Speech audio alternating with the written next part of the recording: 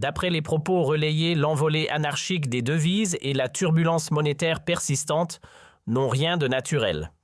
Dans une adresse solennelle à la population, on affirme que cette situation paralyse les marchands, les empêchant tout simplement de gagner leur vie. Derrière ce chaos, l'ombre de l'ennemi, bien entendu. Un petit groupe manipulé ou payé par des forces hostiles se glisse derrière les étals et les comptoirs pour faire résonner des slogans hostiles à l'islam, à l'Iran et à son régime théocratique. Voilà selon certains le cœur du problème. Nous parlons aux manifestants. Les responsables doivent leur parler. Mais il n'y a aucun avantage à parler aux émeutiers. Les émeutiers doivent être remis à leur place. Nous ne reculerons pas face à l'ennemi. En nous appuyant sur Dieu Tout-Puissant et le soutien du peuple, nous mettrons l'ennemi à genoux si Dieu le veut. Le message était défiant. La réponse a été instantanée. Quand le guide suprême iranien, l'ayatollah Ali Khamenei, a déclaré « Nous ne céderons pas à l'ennemi », l'une des figures technologiques les plus puissantes du monde a reposté publiquement « Dans tes rêves ». Cette réponse brutale est venue d'Elon Musk, rejetant les paroles de Khamenei comme délirantes et déclenchant une tempête sur les réseaux sociaux. Mais à l'intérieur de l'Iran, les enjeux sont bien plus élevés que des mots. Alors que les manifestations se propagent à travers le pays, Khamenei a durci son ton qualifiant les manifestants, non pas de citoyens mais d'émeutiers. Il a ordonné aux autorités de les confronter et de les réprimer. Le guide suprême a accusé des ennemis étrangers de détourner les troubles, avertissant que l'Iran ne reculerait pas et qu'il mettrait ses adversaires à genoux. Nous parlons aux manifestants. Les responsables devraient parler aux manifestants. Mais parler aux émeutiers est inutile. Les émeutiers doivent être repoussés. Les activistes du bazar et les commerçants sont parmi les segments les plus loyaux du pays envers le système islamique et la révolution islamique. Nous connaissons bien le bazar. On ne peut pas confronter la République islamique et le système islamique sous le nom du bazar et des commerçants du bazar. Ces rassemblements étaient principalement des commerçants, mais leur objection était correcte. Je l'ai entendu à la télévision et au travail. Je l'ai vu dans les calculs. Quand un commerçant examine la situation financière du pays, la dévaluation de la monnaie du pays, l'instabilité de la monnaie nationale et de la devise étrangère qui rend l'environnement commercial instable, il dit « Je ne peux plus faire d'affaires ». Il a raison. La hausse du prix des devises étrangères, l'augmentation incontrôlée des prix des devises étrangères et l'instabilité montante et descendante font que les commerçants ne savent pas quoi faire. Ce n'est pas naturel, c'est l'œuvre de l'ennemi. Bien sûr, cela doit être arrêté avec divers... D'après les propos relayés, l'envolée anarchique des devises et la turbulence monétaire persistante n'ont rien de naturel. Dans une adresse solennelle à la population, on affirme que cette situation paralyse les marchands, les empêchant tout simplement de gagner leur vie. Derrière ce chaos, l'ombre de l'ennemi, bien entendu. Un petit groupe manipulé ou payé par des forces hostiles se glisse derrière les étals et les comptoirs pour faire résonner des slogans hostiles à l'islam, à l'Iran et à son régime théocratique. Voilà selon certains le cœur du problème. Nous parlons aux manifestants. Les responsables doivent leur parler. Mais il n'y a aucun avantage à parler aux émeutiers. Les émeutiers doivent être remis à leur place. Nous ne reculerons pas face à l'ennemi. En nous appuyant sur Dieu Tout-Puissant et le soutien du peuple, nous mettrons l'ennemi à genoux si Dieu le veut. Le message était défiant. La réponse a été instantanée. Quand le guide suprême iranien, l'ayatollah Ali Khamenei, a déclaré « Nous ne céderons pas à l'ennemi », l'une des figures technologiques les plus puissantes du monde a reposté publiquement « Dans tes rêves ». Cette réponse brutale est venue d'Elon Musk, rejetant les paroles de Khamenei comme délirantes et déclenchant une tempête sur les réseaux sociaux. Mais à l'intérieur de l'Iran, les enjeux sont bien plus élevés que des mots.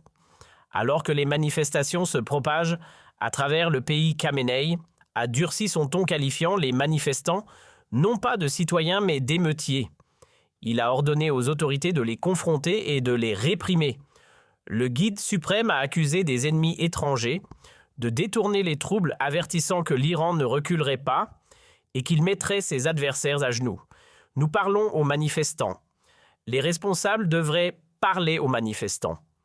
Mais parler aux émeutiers est inutile. Les émeutiers doivent être repoussés. Les activistes du bazar et les commerçants sont parmi les segments les plus loyaux du pays envers le système islamique et la révolution islamique. Nous connaissons bien le bazar. On ne peut pas confronter la République islamique et le système islamique sous le nom du bazar et des commerçants du bazar.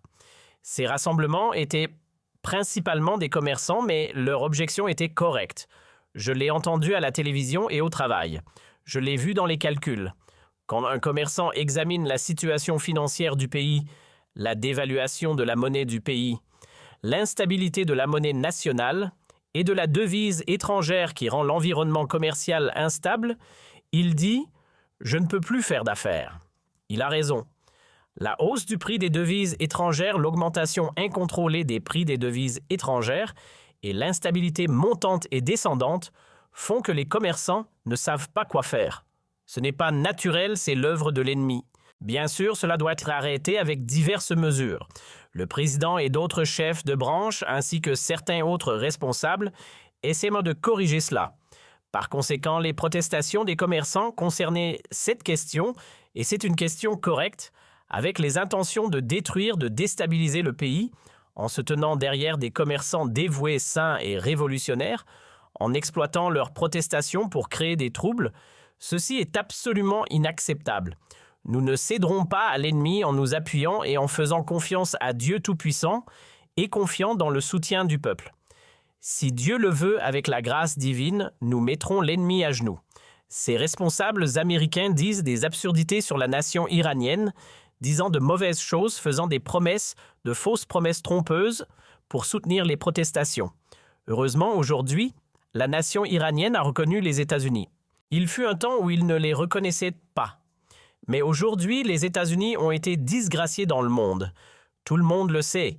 Ce n'est pas spécifique à l'Iran. Le peuple a reconnu l'ennemi et c'est un grand succès. Nous avons insisté pour l'expliquer au peuple. Le peuple l'a vu par lui-même pendant la guerre de 12 jours. La déclaration de Khamenei révèle une stratégie rhétorique soigneusement calibrée. Il commence par reconnaître que les griefs économiques des commerçants sont légitimes. La dévaluation de la monnaie, l'instabilité des taux de change, l'impossibilité de planifier dans un environnement commercial chaotique, tout cela est réel. En reconnaissant ces problèmes, Khamenei tente de séparer les manifestants légitimes des émeutiers qu'il accuse d'être manipulés par des forces étrangères. C'est une tactique classique des régimes autoritaires confrontés à des troubles, diviser le mouvement de protestation en légitimes contre illégitimes patriotes contre traîtres citoyens concernés contre agents étrangers. Mais cette distinction est problématique dans la pratique. Qui décide quelle protestation est légitime et laquelle est une émeute? Sur le terrain, les forces de sécurité ne font généralement pas de distinction fine. Toute manifestation qui défie l'autorité du régime risque d'être traitée comme une émeute, quel que soit le grief qui l'a déclenchée. La réponse d'Elon Musk, dans tes rêves, a transformé une déclaration de politique intérieure iranienne en confrontation internationale virale. Musk, avec ses plus de 200 millions de followers sur les réseaux sociaux, a amplifié les troubles iraniens à une échelle que le régime ne peut pas contrôler. Cette intervention publique d'une figure aussi visible complique la tentative de Khamenei de présenter les manifestations comme manipulées par l'étranger parce que maintenant, l'Occident s'engage publiquement non pas de manière cachée ou secrète, mais ouvertement sur les réseaux sociaux. Ironiquement, cela pourrait renforcer le récit de Khamenei auprès de sa base. Il peut montrer cette intervention étrangère comme preuve que les manifestations font partie d'un complot occidental. Mais pour les jeunes Iraniens connectés aux réseaux sociaux mondiaux, le soutien de figures comme Musk peut être encourageant. La référence de Musk à la capture présumée du président vénézuélien Maduro, comme un message clair aux dictateurs maléfiques partout, ajoute une dimension supplémentaire. Elle lie implicitement Khamenei à Maduro, suggérant que les dirigeants autoritaires partout sont vulnérables. Cette connexion entre les événements vénézuéliens et iraniens, même si elle est largement symbolique, crée un récit de leaders autoritaires assiégés par leur propre peuple et la communauté internationale. Que ce récit soit exact ou non, il a un pouvoir politique réel. Dans les rues, la réponse a été la fureur et le feu. À Shiraz, des manifestants ont incendié une bannière de Qassem Soleimani, le puissant commandant iranien tué dans une frappe de drone américaine à l'anniversaire de sa mort. À Mahabad, un kiosque de police a brûlé. À Kermanshah, des manifestants se sont affrontés directement aux forces de sécurité. Et à Malikchai, les troubles sont devenus meurtriers. Des témoins oculaires affirment que les forces de sécurité ont ouvert le feu tuant et blessant des manifestants dans ce que les groupes de défense des droits décrivent comme la répression la plus meurtrière à ce jour. Les hôpitaux ont subi une pression intense. Les réserves de sang se sont épuisées. Certains blessés ont complètement évité les traitements craignant l'arrestation. Les observateurs des droits de l'homme affirment maintenant qu'au moins 16 personnes sont mortes, dont des manifestants et un membre des forces de sécurité. Des centaines d'autres ont été détenus. Le nombre réel pourrait être beaucoup plus élevé. Les troubles se sont propagés à plus de 170 endroits, dans 60 villes, dans 25 provinces. Les groupes politiques kurdes appellent maintenant à des grèves nationales, exhortant les commerçants, les travailleurs et les citoyens à fermer le pays. Le fait que des manifestants aient incendié une bannière de Soleimani est particulièrement significatif. Soleimani était présenté par le régime comme un héros national, un martyr tué par l'Amérique. Son image était censée unir les Iraniens contre les ennemis extérieurs. Mais pour certains manifestants, Soleimani représente le régime lui-même, ses aventures militaires à l'étranger, ses priorités mal placées. Brûler son image est un rejet non seulement du régime, mais de son récit sur ce qui rend l'Iran grand. Les affrontements à Kermanshah et ailleurs montrent que les manifestations ne sont plus simplement des rassemblements pacifiques. Elles impliquent maintenant une confrontation directe avec les forces de sécurité. C'est une escalade dangereuse car elle donne au régime une justification pour utiliser plus de force. Les rapports selon lesquels les forces de sécurité ont ouvert le feu à Malikchai, si confirmés, représentent un tournant. Tirer sur des manifestants non armés franchit une ligne que même les régimes autoritaires hésitent généralement à franchir ouvertement. Cela risque de transformer la colère en fureur, les manifestations en rébellion.